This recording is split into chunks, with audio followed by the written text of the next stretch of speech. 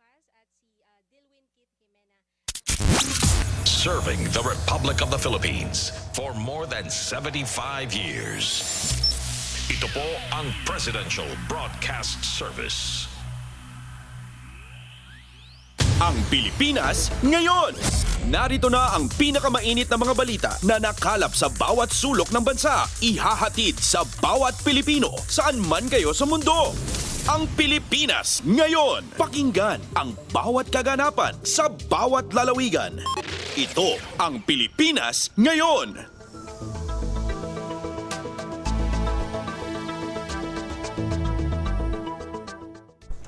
Magandang araw sa ating mga tagapakinig. Welcome po muli sa ating programang Ang Pilipinas Ngayon.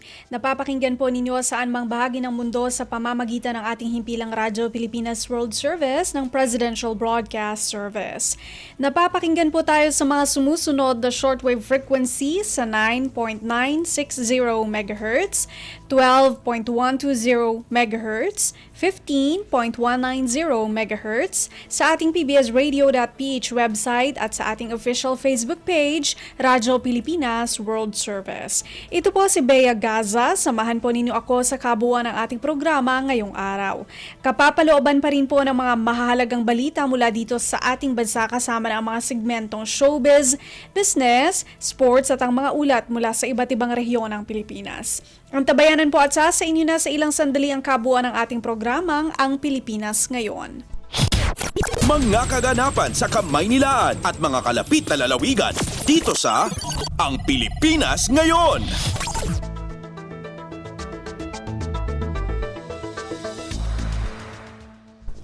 Sa ating mga balita, kumpiyansa si Pangulong Ferdinand R. Marcos Jr. na magkakasa ang Pilipinas at Singapore ng mas maraming partnership dahil sa matibay nitong bilateral ties. Sa isang roundtable discussion kasama ang mga malalaking negosyante sa Singapore, sinabi ni Pangulong Marcos na napanatili ng dalawang bansa ang maganda nitong economic relations sa gitna ng global pandemic. Ibinida pa ni Pangulong Marcos na tumaas ang export ng Pilipinas sa Singapore ng 16.98% sa $4.91 billion sa taong 2022. Umaasa ang punong ehekutibo na magtutuloy-tuloy ang pagyabong ng lumalagong ugnayan ng Pilipinas at Singapore dahil sa magandang kinabukasan na naghihintay sa dalawang bansa. Pasada ng mga balita mula sa Pilipinas para sa mga Pilipino saan man sa mundo. Ang Pilipinas ngayon!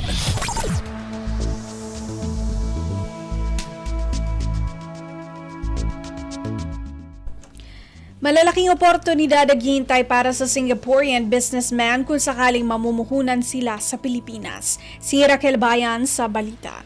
Malaking oportunidad ang naghihintay sa Singaporean businessman sakaling ikonsidera nila ang pamumuhunan sa Pilipinas. Sa ginanap na roundtable discussion kasama ang business leader sa Singapore, hinikayat ni Pangulong Ferdinand R. Marcos Jr. ang mga ito na mamuhunan sa renewable energy, smart at innovative economy, gayon rin sa infrastructure development sa ilalim ng Build Better More program ng administrasyon. Ibinida rin ng Pangulo ang policy changes sa Pilipinas tulad ng pagpayag sa 100% equity sa exploration, development at utilization ng solar, wind, hydro, ocean or tidal energy sources. Ayon kay Pangulo Marcos, ang Pilipinas naghahanap ng oportunidad sa areas ng financial technology na layong makamtan ang goal nito na 50% digital retail transaction. Gayon rin ng 70% Filipino adults na mayroong bank account sa pagtatapos ng 2023 at ang pagsusulong ng inclusive, innovative at healthy financial sector. Mula sa Malacanang, ito si Raquel Bayan para sa Radyo Pilipinas. Kumpleto, detalyadong balitaan, di papahuli sa mahahalagang kaganapan. Kamustahin ang inang bayan, ang Pilipinas ngayon.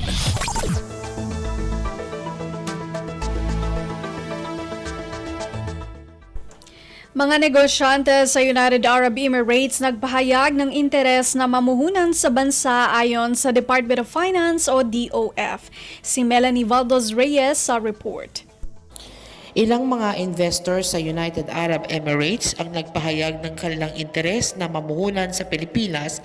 Ito ang binahagi ni Finance Secretary Benjamin Jokno kasunod ng kanilang naging economic roadshow sa Middle East kung saan nakausap ng Philippine Economic Team ang UAE government officials at Dubai-based investors. Ayon kay Jokno, ilang business groups ang nagpahayag ng kanilang kagustuhan na mamuhunan sa bansa, partikular sa food security, agriculture at renewable energy. Nangako naman ang Philippine delegations na sisimulan nila ang pagtalakay sa Comprehensive Economic Partnership Agreement with UAE na naglalayong pagtibayin ang bilateral trade, investment at economic cooperation. Melanie Valdos Reyes para sa Radyo Pilipinas. Pasada ng mga balita mula sa Pilipinas para sa mga Pilipino saan man sa mundo. Ang Pilipinas ngayon.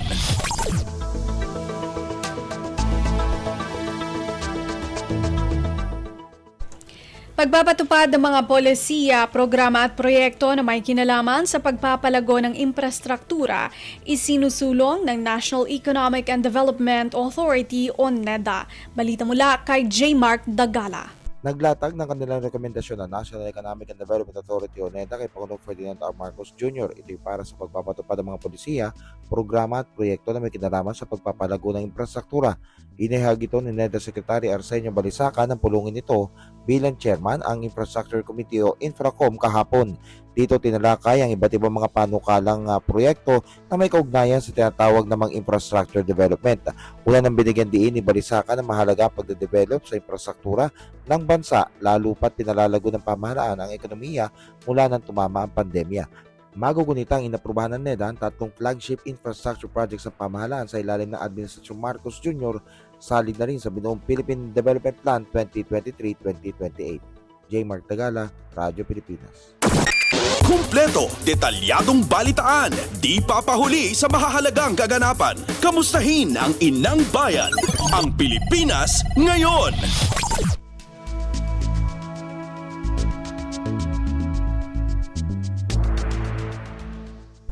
Nabigyan ang Commission on Elections o COMELEC ng 2.589 billion pesos na pondo para sa 2023 barangay at sangguniang kabataan elections sa October 30. Sa deliberasyon ng Senado sa proposed budget ng COMELEC sa 2024, ipinaliwanag ni COMELEC Chairman George Garcia na kinailangan nila ng karagdagang pondo dahil dumami ang botante sanhi ng nangyaring postponement nito. Bukod dito, dumami rin ang bilang ng mga polling precincts, electoral board na tatao sa eleksyon, pati na rin ang ballot boxes at overtime pay. Inihayag naman ni COMELEC spokesperson John Rex Laudianco na nagkusa ang Department of Budget and Management o DBM sa pagbibigay ng pondo para mapunan ang kakulangan sa BSKE dahil sa dami ng botante. Sa ngayon, umabot na sa 11 billion pesos ang nakalaang pondo para sa 2023 barangay at sangguniang kabataan elections. Pasada ng mga balita mula sa Pilipinas para sa mga Pilipino saan man sa mundo. Ang Pilipinas ngayon.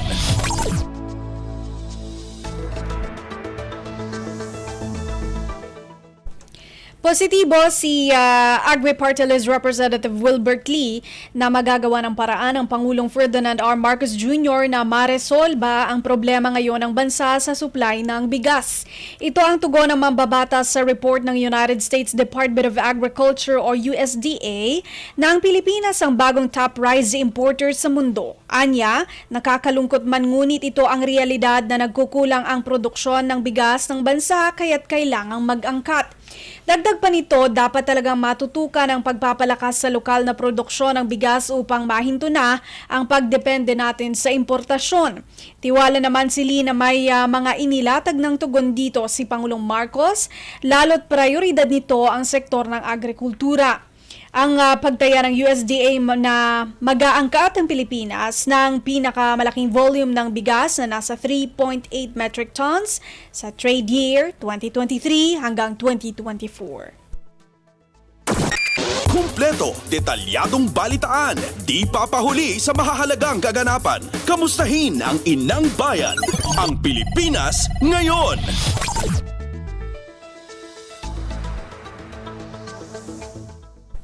Mga senador giniit na hindi dapat nakakatanggap ng below minimum wage ang mga Technical Education and Skills Development Authority o TESDA graduate.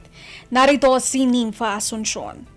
Binigyang diin ni Senador Joel Villanueva at Senador Rafi Tulfo na walang empleyado kabilang na mga graduate ng Technical Education and Skills Development Authority o TESDA ang dapat na makatanggap ng sweldo na mas mababa sa itinatakdang minimum wage. Pinahayag ito ng Senador sa naging pagdinig ng panukalang budget ng TESDA para sa susunod na taon. Napag-alaman kasi sa pagdinig na bagamat 8-10 TESDA graduates ang may trabaho, karamihan naman sa kanila ay nakakatanggap ng mas mababa pa sa minimum wage. Ito ay kahit pa meron silang NC3 at NC4 eligibility. Villanueva, kung magpapatuloy ito ay hindi natin matutulungan ang mga TESDA graduates na makaalis sa kahirapan. Sinabihan naman ni Tulfo ang TESDA na hindi dapat nila ito payagang magpatuloy. Bilang tugon, nangako si TESDA Director General Suharto Mangudadato na tutukuyin nila ang employer sa sangkot sa illegal na gawain at ire-report sa DOLE. Nanindigan siyang workforce ready ang TESDA graduates kaya lang second-class citizens pa rin ang turing ng ilang employers sa mga nagtatapos ng technical, vocational at short-term courses. Mula Senado, ito si Nympha Asuncion para sa Radyo Pilipinas.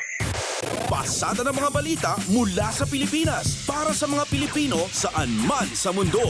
Ang Pilipinas ngayon.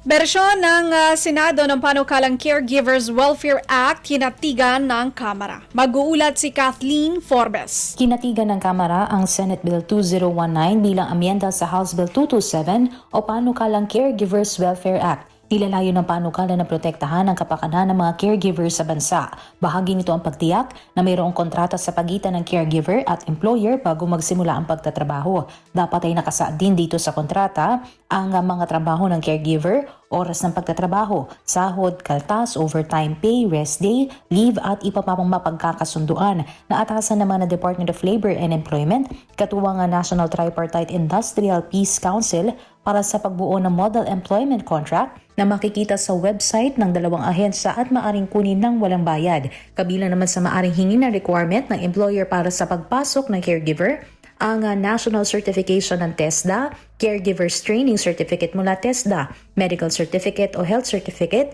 NBI, at ang Barangay Clearance. Ito si Kathleen Forbes para sa Radyo Pilipinas. Kumpleto, detalyadong balitaan, di papahuli sa mahahalagang kaganapan. Kamustahin ang inang bayan, ang Pilipinas ngayon.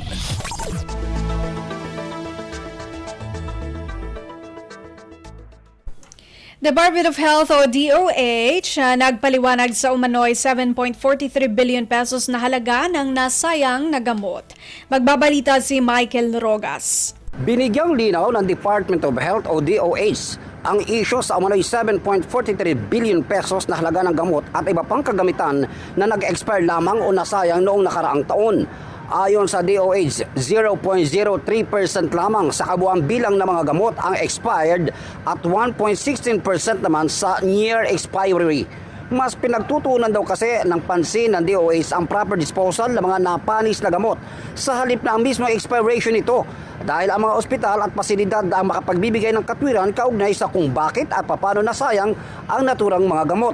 Inamin din ng DOH na karamihan sa mga expired medicine ay mula pa ng COVID-19 pandemic kung saan kakaunti lamang ang pasyenteng pumupunta sa mga ospital para magpagamot. Paliwanag ng kagawaran sa 95.81% na tinukoy bilang non-expired inventory o mga items na slow-moving, undersubscribed at overstock. 86% dito ang naipamahagi na sa mga centrally managed health facilities at iba pang pasilidad ng kalusugan, habang natitirang 14% naman na nakategorya bilang slow-moving o overstock ay nakatakda ng ihatid sa iba't ibang medical facilities sa 3rd or 4th quarter ng 2023. Ito si Michael Rogas para sa Radyo Pilipinas. Pasada ng mga balita mula sa Pilipinas para sa mga Pilipino saan man sa mundo. Ang Pilipinas ngayon.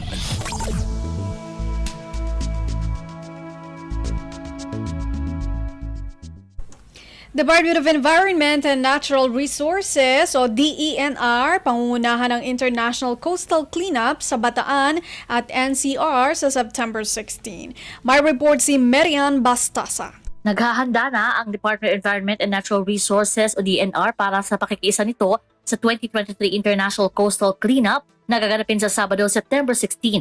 Nakatakdang pangunahan ni DENR Undersecretary Marilu Ernie, Juan Miguel Scuna at Jonas Leones ang isa sa mga cleanup drive sa Balanga City Wetland at Nature Park sa Bataan. Ayon sa DENR, ang tema ng ICCD ngayong taon ay Clean Seas for Healthy Fisheries na kakabit rin sa UN Ocean Decade Challenge 3. Bukod sa Bataan, magkakaroon din ng cleanup drive sa Pasay, meron din sa Navotas, sa South Navotas, Tulyahan River, sa Novaliches, Quezon City, Pasig River, Baseco Beach sa Maynila at sa Parañaque. Sa Bisan Presidential Proclamation ay isinasagawa tuwing 3 linggo ng Setyembre ang ICCD nakakabit ng Global Coastal Cleanup Celebration. Ito si Marian Bastasa para sa Radyo Pilipinas.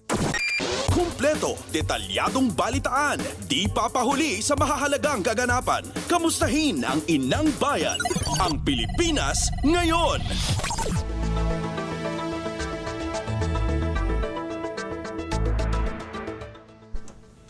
Know Your Client, payo ng Presidential Anti-Corruption Commission o PAOCC sa mga telco sa SIM card registration. Ang ulat mula kay Leo Sarne.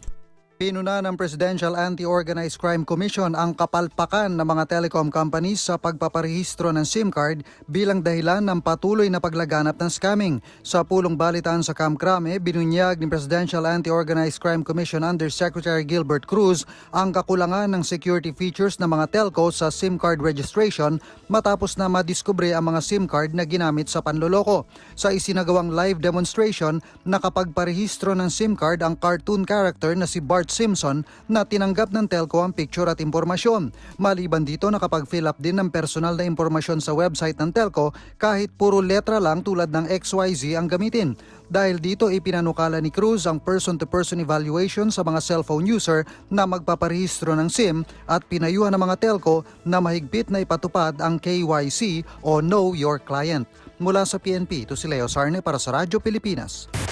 Pasada ng mga balita mula sa Pilipinas para sa mga Pilipino saan man sa mundo. Ang Pilipinas ngayon.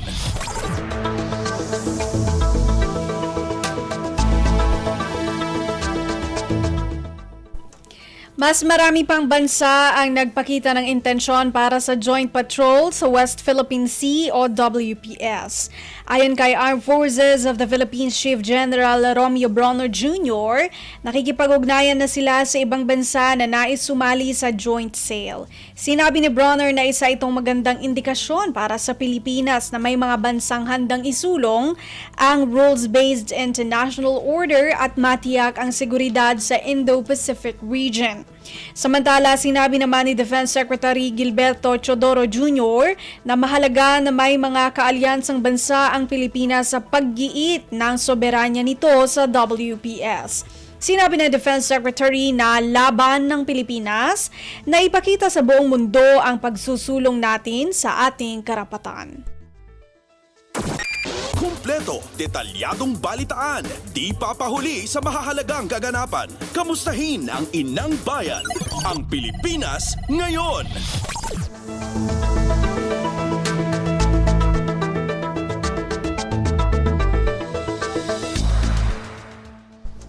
At yan ang ating nakalap ng mga national news. Narito naman po ang mga balita mula sa ating mga kasamahan sa iba't ibang mga rehiyon dito sa ating bansa para sa ating regional news ngayong araw na ito. Balita mula sa lalawigan sa bawat rehiyon ng ating bayan. Dito sa Ang Pilipinas Ngayon.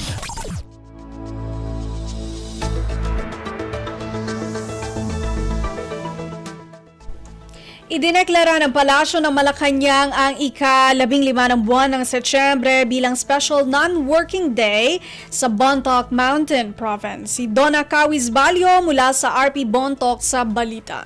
Indeklarati Palasyo ti Malacanang itang aldaw September 15 kas Special Non-Working Day dito'y Bontoc para iti selebrasyon ti maikasanggagasot sa nga 15 a founding anniversary ti munisipyo. Karaman kadagiti aktibidad ket ti parada ti naduma-duma barangays ti Bontoc itay agsapa sinarunuan ti programa ground demonstration ken indigenous games. Kabayatan na maangay met inton bigat ti amamong festival ama isayangkatan ti interzonal street dancing ken cultural presentation ken amamong program. Ti tema ti dua a selebrasyon itaatawan ket radiating good governance through accelerated public service. Dagiti aktibidad ti dua selebrasyon ti munisipyo ket nagrugi di Lunes a pakiramanan ti Agri Craft Trade Fair, Sing and Dance Competition, Skills Challenge, Search for Mr. and Miss Bontoc, Libre at TV Caravan, ken serbisyo para kadagiti tarakan nga aso ken pusa. Naipatungpalpay ti art exhibit, walk for a cause, panagdalos ti aglawlaw, panagmula ti kayo, ken outreach activity ti Professional Regulation Commission. Narpus na DZRA Bontoc saon andon na Kawisbalyo para as Radyo Pilipinas World Service. Balita mula sa lalawigan sa bawat rehiyon ng ating bayan. Dito sa Ang Pilipinas Ngayon.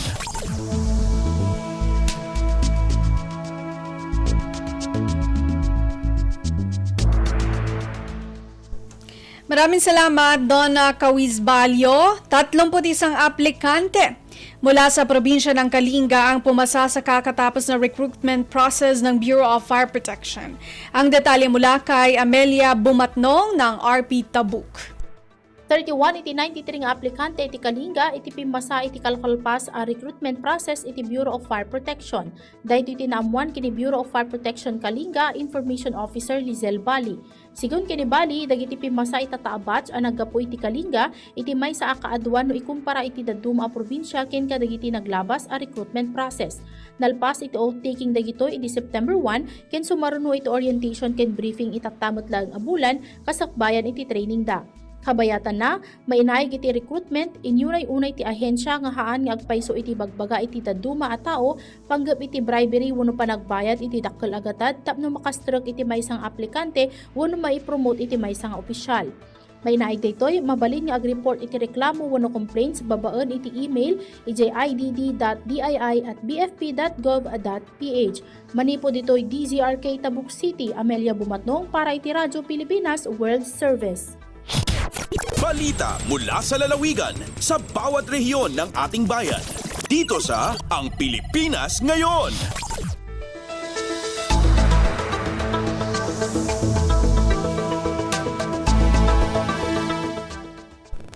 Maraming salamat kay Amelia Bumatnong.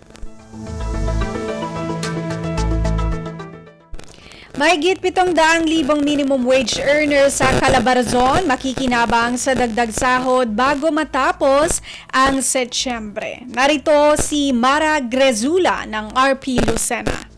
Makikinabang sa ipatutupad na dagdag sahod ang mahigit 700,000 minimum wage earners sa Calabarzon bago matapos ang Setyembre. Ayon sa pabatid ng Regional Tripartite Wages and Productivity Board, ito ay matapos maaprubahan ang Wage Order No. 4A-20 na nag-aata sa bagong pinakamababang sahod na maaaring tanggapin ng mga manggagawa. Sa non-agriculture sector, 520 pesos ang magiging sahod sa Extended Metropolitan Area, 479 pesos sa component cities at first-class municipalities, 425 pesos sa second at third-class municipalities at 385 pesos sa fourth, fifth at sixth class municipalities. Sa agriculture sector naman, 479 pesos ang bagong sahod sa extended metropolitan area at component cities, 425 pesos sa first class municipalities at 385 pesos sa second to sixth class municipalities. Samantala sa retail and service establishments na may empleyadong hindi hihigit sa 10, 385 pesos ang minimum rate. Magkakabisa ang nasabing wage order sa September 24. Mula sa RP Lucena, ito si Mara Grisula para sa Radyo Pilipinas World Service. Balita mula sa lalawigan sa bawat rehiyon ng ating bayan. Dito sa Ang Pilipinas Ngayon.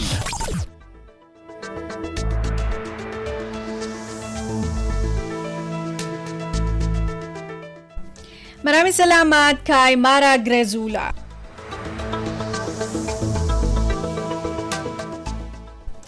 Pamamahagi ng economic relief subsidy sa Palawan nakatakda na rin gawin sa susunod na linggo.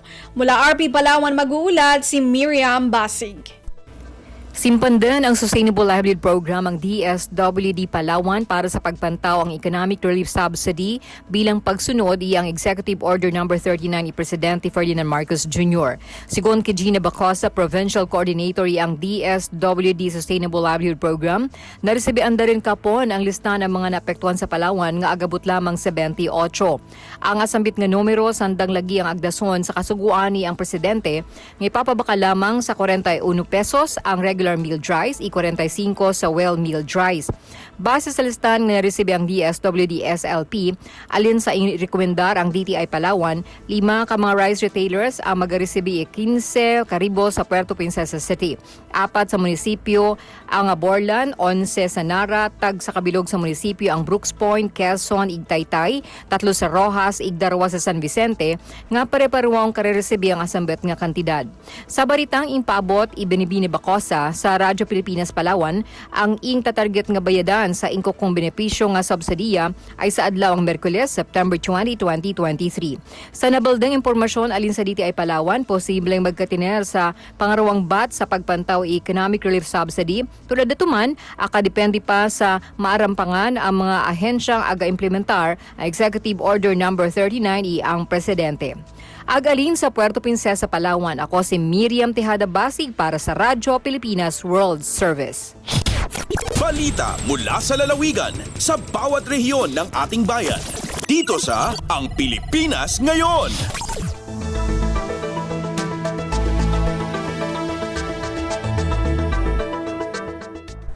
Maraming salamat kay Miriam Basig. Samantala, abot sa 1,172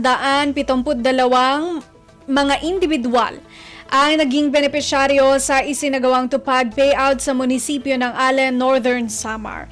May report si Charmaine Perito mula sa RP Calbayog. Maada sa 1,172 nga individual tikang sa munisipyo sa Allen, probinsya sa Norte san Samar ang naging benepisyaryo sa gindumara nga una nga batch sa tulong panghanap buhay sa ating disadvantaged o displaced workers tupad payout kakulop nga adlaw Huwebes, September 14, 2023. Ang kada tagsa nga benepisyaryo nakakarawat 3,750 pesos. Sa matotal, 4,395,000 pesos ang nahidistribuer. Nagpaabot naman sa pasasalamat si Gobernador Edwin Ongchuan sa nasyonal nga gobyerno pinaagi sa Department of Labor and Employment Region 8, Regional Director Henry John Halbuena, sining inisyatibo para mabuligan ang mga kwalipikado nga benepisyaryo sa munisipyo. Nag-attender liwat sa payout sira Assistant Regional Director Norman Oyvico ug Dole Northern Samar Provincial Head Engineer Primo Guarin sa pakigburobligay sa lokal nga gobyerno san Allen ug mga personahe san Dole. Tikang sa Radyo Pilipinas Calbayog, Charmaine Perito para sa Radyo Pilipinas World Service. Balita mula sa lalawigan sa bawat rehiyon ng ating bayan. Dito sa Ang Pilipinas Ngayon.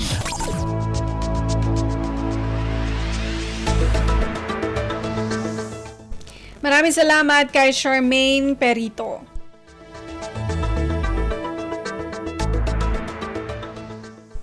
Pagbibigay ng fuel subsidy sa mga PUV drivers at operators minomonitor ng DILG Surigao del Sur. Magbabalita si Nerissa Espinosa ng RP Tandag. Padayon karon nga gi-monitor sa Department of the Interior and Local Government o DILG Surigao del Sur ang paghatag og fuel subsidy sa mga drivers ug operators sa tricycle, PUJs ug UV Express vans sa nagkadaiyang lokal nga panggamhanan dinhi sa probinsya. Sa pagpakiginabi sa Radyo Pilipinas Tandag kang Maria Lourdes Martinez, Outcome Manager sa DILG Surigao del Sur, gibutyag niya nga nakasumiter na ang LGUs og listahan kalabot niini apan anaa sa final listing sa LTFRB ang basihan sa makadawat og subsidiya, kundi adunay pipila na nga nakadawat pinaagi sa e-wallet og over-the-counter. Matod pa ni Martinez nga giawhag usab nila ang mga LGUs nga adunay igong pundo nga ikahatag isip tabang sa sektor sa transportasyon nga apektado sa padayon nga pag-usbaw sa presyo sa produktong petrolyo. Gikan diri sa RP Tandag kini si Nerissa Espinosa alang sa Radyo Pilipinas World Service. Balita mula sa lalawigan sa bawat rehiyon ng ating bayan. Dito sa Ang Pilipinas Ngayon.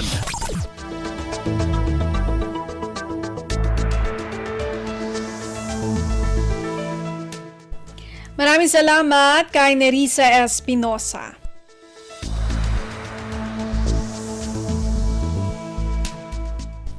Mga kultura at tradisyon ibinahagi sa mga kabataan sa ilalim ng School of Living Tradition ng Bangsamoro Commission for the Preservation of Cultural Heritage, SULU. Ang ulat mula kay Eloisa Mohamad ng RP Holo. Diamuran si mga kabataan halupa sugin jinis pag-anad babaan sa School of Living Tradition simbang sa Moro Commission on Preservation of Cultural Heritage at BCPCH Sulu. Habay tainor kadriham sali Community Affairs Officers na sa Butupis, bahagi ini sinmagsud nila hikalain pa mga kabataan in jinis adat, iban pangadjian bilang pusaka sing kamaasan. Lamudon hining pag-anad pangalay, paginang bangbang sug yan pag-anyam amun kila, iban bantog deng mga raayat sinupa sug. Hangpu out of school youth atawa OSY in anad nila pangalay hatapang sin Cultural Associations in Mindanao State University Sulu. Mga kabataan dahil haging balakasan parang isabin kaya bahagian nila sin pag-anyam siyabit.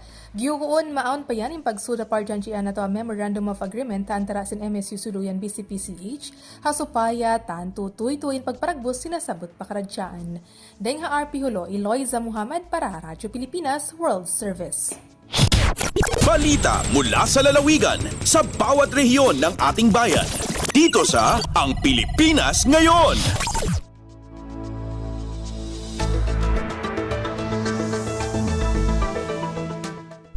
Maraming salamat kay Eloisa Mohamad.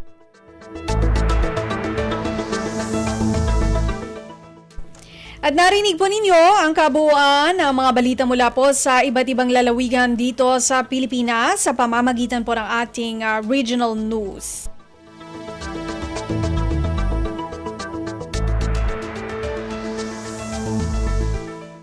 Samantala, susunod naman po ang ating balitang negosyo at kalakalan at balitang pampalakasan. Ihahatid sa atin niyan ni Leo Magpayo. Lagay ng ekonomiya, kalakalan, negosyo at iba pa. Atin ang alamin dito sa Ang Pilipinas Ngayon. Magandang araw. Narito na po ang Balitang Business. Inapurbahan ang 33 pisong pagtaas sa mga daily minimum wages ng mga pribadong sektor sa Central Visayas. Sinabi ng Department of Labor and Employment o DOLE, nagpalabas ang Regional Tripartite Wages and Productivity Board o RTWPB sa Region 7 ng kautusan na magbibigay ng 7.6% hanggang 8.6% increase sa mga daily minimum wages ng rehiyon. Magiging epektibo ito sa Central Visayas Region simula itong Oktubre 1. Sa isang pahayag, sinabi ng DOLE na halos 347,000 minimum wage workers ang magbebenepisyo sa dagdag sahod habang halos 400,000 trabahador na mas mataas ang sahod sa minimum wage ang magkakaroon din ng karagdagang sahod dahil mag-a-adjust ang mga kumpanya sa sahuran ng mga ito. Ang mga non-agriculture workers sa Class A areas ay makikitang tataas ang kanilang sahod sa 468 piso mula sa 435 piso habang ang mga nasa Class B ay magiging 430 piso na ang arawang sahod nila mula sa 377 piso. Ang mga trabahador sa Class C naman ay madadagdagan ng 33 piso ang kanilang sahod mula 387 piso ay magiging 420 piso na ito. Samantala, ang mga trabahador sa agriculture and non-agriculture establishments na may empleyado na hindi aabot sa 10 na nasa Class A areas ay tataas sa 458 piso ang kanilang minimum wage mula sa kasalukuyang 425 piso. Ang mga trabahador na nasa Class B ay magiging 425 piso ang kanilang arawan na sahod mula sa 372 piso, habang ang mga nasa Class C ay makakatanggap na minimum wage na 415 piso mula sa 382 piso. Sakop ng Class A ang mga syudad ng Karkar, Cebu, Danao, Lapu-Lapu, Mandaue at Naga, kasama na rin ang munisipalidad ng Compostela, Consolacion, Cordova, Liloan, Minglanilla at San Fernando. Para naman sa Class B, ang syudad ng Bais, Bayawan, Bogo, Canlaon, Dumaguete, Gihulngan, Tagbilaran, Talisay, Tanhay at Toledo ang kasama dito, habang ang Class C ay sakop lahat ng munisipalidad ng rehiyon na hindi kasama sa Class A at B. Lagay ng ekonomiya, kalakalan, negosyo at iba pa. Atin ang alamin dito sa Ang Pilipinas Ngayon. Magsisimula ng mag-export ang Pilipinas ng Hass avocado sa South Korea itong katapusan ng Setyembre. Ayon sa Department of Agriculture o DA, ang unang padala ay manggagaling sa mga accredited na taniman ng Bureau of Plant Industry ng Kagawaran at Pangingisawaan ng Dole Philippines Incorporated sa Davao, Bukidnon at South Cotabato. Ayon kay DA Senior Undersecretary Domingo Panganiban, pinirmahan ang unang kasunduan noong Hunyo 19 at ngayong Setyembre 8, umepekto na sinakto sa panahon ng pag-aani nito. Sinabi ng DA na naging popular ang abokado sa Korea dahil sa magandang benepisyo nito sa kalusugan at madalas itong ginagamit sa mga salad at sandwiches. Sinabi naman ni Aleli Maghirang, ang agriculture attaché sa Seoul, na mataas ang demanda sa mga produktong agrikultura sa South Korea, lalong-lalo na sa mga produktong may kinalaman sa kalusugan. Ayon sa Philippine Statistics Authority o PSA, nakagawa ng mahigit 20 milyong metriko tonelada ng abokado ang Pilipinas noong taong 2022. Bukod sa abokado, ang iba pang prutas na ine-export ng Pilipinas ay ang mga sariwa na saging, pinya, papaya at mangga. Ang Pilipinas ang kaisa-isang bansa na nagpapadala ng sariwang okra sa South Korea. Lagay ng ekonomiya, kalakalan, negosyo at iba pa. Atin ang alamin dito sa Ang Pilipinas Ngayon. Inaasahan ng Honda Cars Philippines Incorporated o HCPI na makukuha nila ang target nilang makabenta ng 300 sasakyan sa kanilang bagong 6th generation Honda CR-V na magsisimula itong Oktubre. Sinabi ni Luis Soriano, HCPI Vice President at Sales Division General Manager, na ang pinakabagong henerasyon ng Honda CR-V ay ang unang modelo na mayroong eHEV technology na isang full hybrid system. Optimistiko ang kumpanya na makukuha nila ang sales target pagkatapos makatanggap ng interes mula sa mga balak bumili ng unit. Nagkaroon ng pre-selling 3 linggo bago ang launch ng sasakyan nitong linggo at may inisyal na 100 Honda CR-V ang maibebenta na kaagad sa mga luxury-seeking business owners at professionals. Magkakaroon ng 3 grado ang 6th generation Honda CR-V at ang suggested retail price ay mula 2.1 milyong piso hanggang 2.6 na milyong piso depende sa grado ng unit. Samantala, sinabi ni HCPI President Ri Miyake na target na kumpanya na magtayo ng 3 pang dealer stores at magsisimula na ang paggawa nito bagong matapos ang taon. Ayon kay Miyake, nakapagbenta ang kumpanya ng mahigit 11,000 units ng sasakyan simula nitong unang bahagi ng taon na 21% mas mataas kumpara sa nakalipas na taon.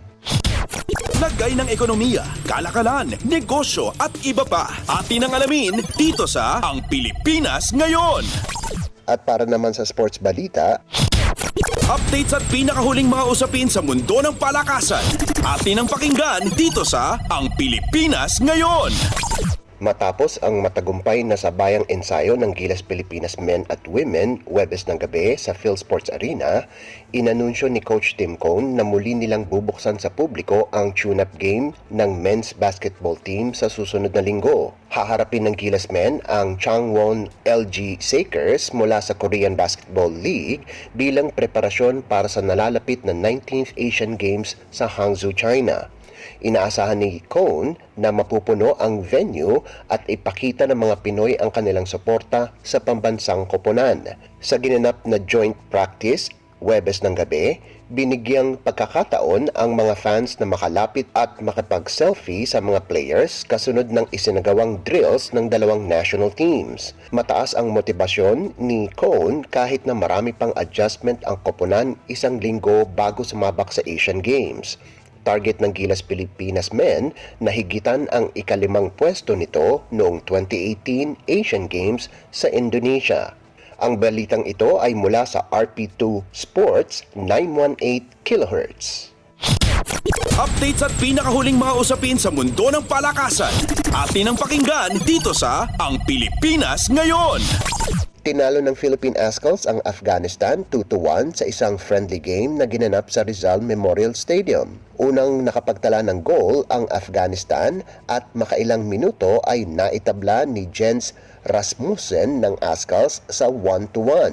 Pagpasok naman ng second half ng laro ay naipasok ni Christian Rontini ang goal na siyang nagdala ng panalo sa laro. Ang nasabing panalo ay bilang paghahanda ng Ascals sa World Cup Asian Cup qualifiers. Magugunitan nitong Biyernes ay nagtapos sa 1-1 ang laban nila sa Chinese Taipei na ang laro ay ginanap sa Kaohsiung. Mayroon pang nakatakdang dalawang friendly games sa susunod na buwan para sa huling international window bago ang qualifiers. Updates at pinakahuling mga usapin sa mundo ng palakasan.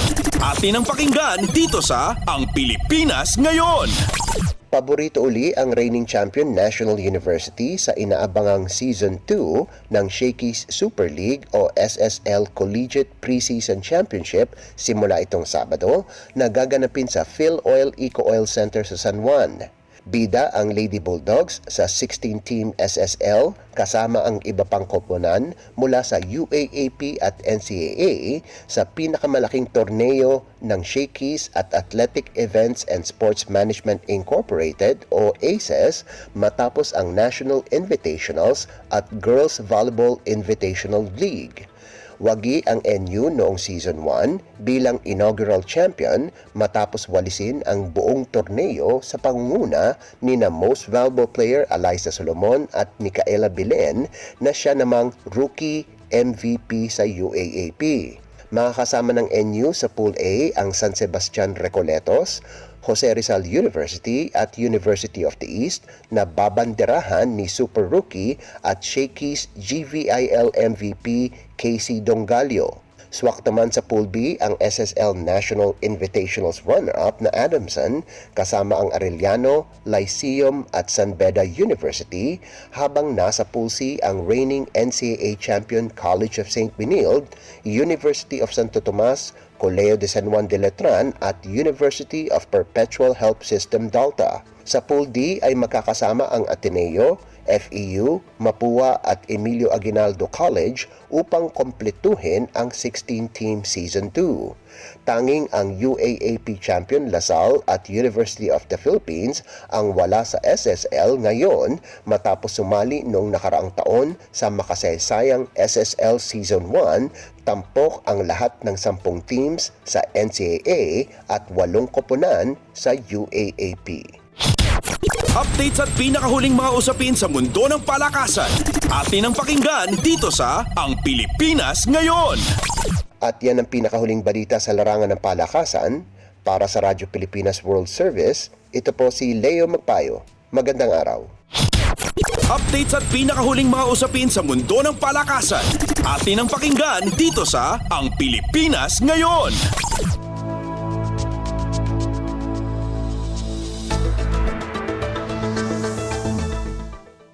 Maraming salamat kay Leo Magpayo. Iyan po ang ating balitang negosyo at kalakalan at balitang pampalakasan para sa araw na ito.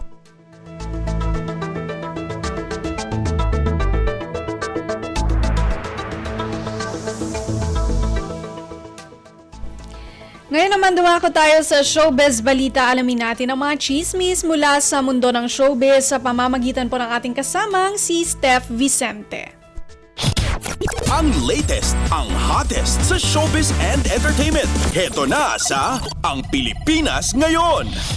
Magandang araw, nagbabalik ang paboritong segmento ng mga chismoso at chismosa, ang segmentong Balitang Artista. Narito muli ang inyong chika Dora, Steph Vicente, upang ihatid ang mga pinakamaiinit na showbiz balita para sa araw na ito. Hindi ko na patatagalin pa ang ating introduction at simulan na natin ang ratsyada ng mga chika.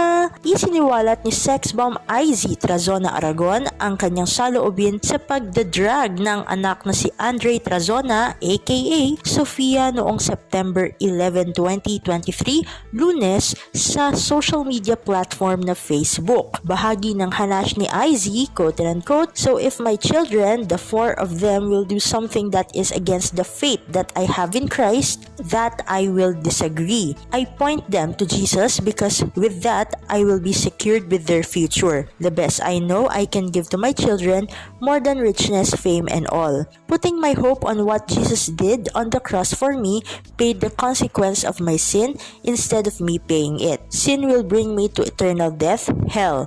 But He saved me by believing and surrendering my life to that truth."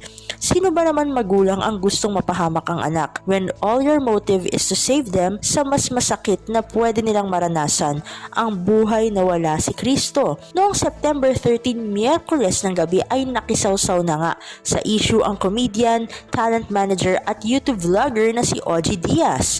Ito naman yung talak ni OG kay IZ. Quote and unquote, "Noong una, tanggap mong bakla ang anak mo. Ipinagmamalaki mong dalaga na ang anak mo. Tapos ngayon, may nagpa-realize lang sa'yo na parang kasalanan ang maging bakla. Wini-wish mo na sana ay magising sa katotohanan ang anak mo. I think mas kasalanan sa Diyos yung kaipokritahan mo. Tinanggap mo nung una tapos ngayon babawiin mo. Laban-laban, bawi-bawi. Mas hahangaan pa kita kung sa una pa lang consistent ka na ayaw mong maging bakla anak mo. Paninindigan mo. So masisisi ba natin yung bata kung magsabi siya na hindi na healthy kung magsasama pa kayong mag-ina?" Sa Facebook post naman ni IZ ngayong September 14, Huwebes ng hapon, ay feeling hopeful siya. Sabi nga ni IZ, quote and unquote, "Thank you Lord for another day, for all the messages. Sobrang daming nag-PM. Thank you with all my heart sa concern and prayers. And even testimonies of how the Lord worked and changed your lives. Sobrang daming encouraging messages. Maraming pong salamat. Keep the faith. I am amazingly at peace. The Lord is my shield. I am continuously praying and full of hope. I trust my sovereign God. God bless po." Ayan. Samantala, hindi nakapagtimpi si megastar Sharon Cuneta sa mga nanghihimasok sa pinagdaraanan ng kanyang pamilya. Partikular na sinagot ni Madam Sharon ang isang basher na nag-iwan ng komento sa Instagram post ng actress-singer. Halatang hindi nagustuhan ni Sharon ang komento dahil tinawag siyang toxic ng basher. Deleted na ang komento ng basher pero mababa ka sa komento ni Sharon at supporters niya na hindi maganda yung komento, no? Batay sa sagot niya ng megastar, nagkomento ang basher tungkol sa relasyon ng megastar sa kanyang mga anak, partikular kay Casey Concepcion. At nitong Huwebes, September 14, ipipromote nga ni Sharon ang pelikula ni Casey, ang Asian Persuasion. Nagkaroon pa ng palitan ng mensahe ang mag-inang Sharon at Casey sa comment section pero sumingit nga yung basher na syempre ikinainit ng ulo ng megastar. Ito nga yung reply nga ni Sharon, publish as it is, quote and unquote, "Kung ako ang kausap mo, gamitin mo ang utak mo kung may konti pa. Wala kayong alam sa pinagdadaanan namin isa-isa at sa tanang buhay ko wala pang tumawag sa akin na toxic kahit pa anak ko." Patuloy ni Sharon, quote and unquote, "Dunong-dunungan kayo, wala naman kayo nung pinalaki ko yan. Ang kapal ng mukha nyo." Buwelta pa ng megastar sa basher, quote and unquote, "Magpasalamat nagpapasalamat kayo, tahimik ako at mahal ko ang mga anak ko, kundi baka i-flash mo sarili mo dahil ikaw ang dapat sa imburnal, bastos. May iba ring supporters ni Sharon na tinawag na bastos ang basher. Samantala bakas, sa sagot ni Sharon na reaksyon niya ito sa netizens na nagkokomento sa on and off relationship nila nito ngang si Casey. Bago ang komento ng basher, maraming netizens ang laging nagbibigay ng opinyon tungkol sa relasyon ni na Sharon at Casey, lalo na kapag may di pagkakaunawaan ang mag-ina. At sa pagtatapos ng ating segmento, masaya ang konsepto ng concert ni Ogie Alcacid na pinamagatang Ogioke The Concert na gaganapin sa Newport Performing Arts Theater sa darating na September 29. Parang malaking videoke daw ang stage na may lyrics na nababasa ang lahat ng mga kantang kakantahin niya, no? O kakantahin nila. Quote and quote, may videoke, tapos may score, yung jararan, lalabas yung score. May mga video na walang kinalaman sa kanta, mga ganon. Nag-shoot din ako sa States na wala lang, nagsha-shopping lang ako, buong show may lyrics, parang nasa simbahan lang. Yan ang natatawang pahayag ni Ogie. Isa sa mga paboritong kinakanta, no, sa videoke, no, ang My Way, pero kinakatakutan ng iba dahil may nangyayari pagkatapos kantahin. Tinanong nga ng press si Ogie kung kakantahin ba niya itong kantang pinasikat ni Frank Sinatra noong 1969 bilang nagvi-videoke naman sila. Kakantahin daw ni Ogie dahil may kwento raw siya sa kantang yan. Ang My Way kasi dinuduet pala nila ng kanyang tatay. Kaya syempre very special yung kanta kay Ogie, no? Kahit para sa ibang mga kababayan natin ay kinakatakutan nila itong kantang My Way. Ayun. Aminado si Ogie, no, na iyakin siya dahil dati daw ay naluluha pa siya kapag nakakanta niya ang My Way. Pero ngayon, carry na raw niya. Nakakanta niya nang hindi umiiyak. Naku! Konti lang ang oras natin para sa ating segmentong Balitang Artista. Maraming salamat mga kachismis para sa inyong pakikinig sa ating segmento. Ako muli ang inyong Chika Dora Steph Vicente para sa Radyo Pilipinas World Service. Ang latest, ang hottest sa showbiz and entertainment. Heto na sa Ang Pilipinas Ngayon.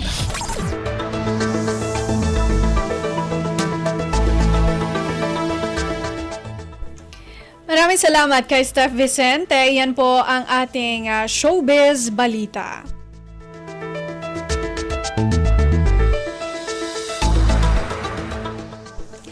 Narinig po ninyo ang kabuuan ng ating programang Ang Pilipinas Ngayon. Maraming salamat sa ating mga nakasama sa technical side, gina Milo Jonella, Susan Aison at Anthony Pimentel. Maraming salamat din sa ating executive producer, Stephanie Vicente at Jerome Toledo, at sa mga nag-uulat mula sa iba't ibang lalawigan ng ating bansa para sa ating regional news.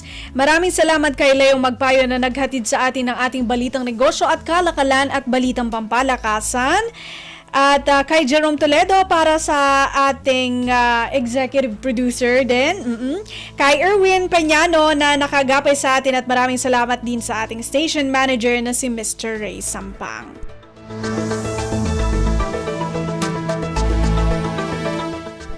Hanggang sa susunod na edisyon ng ating palatuntunang Ang Pilipinas Ngayon, ito po si Bea Gaza. Magandang araw. At yan ang Pilipinas Ngayon. Muling samahan si Ven Blones sa parehong oras at alamin ang pinakahuling mga kaganapan at balita saan man kayo naroon. Ang Pilipinas Ngayon!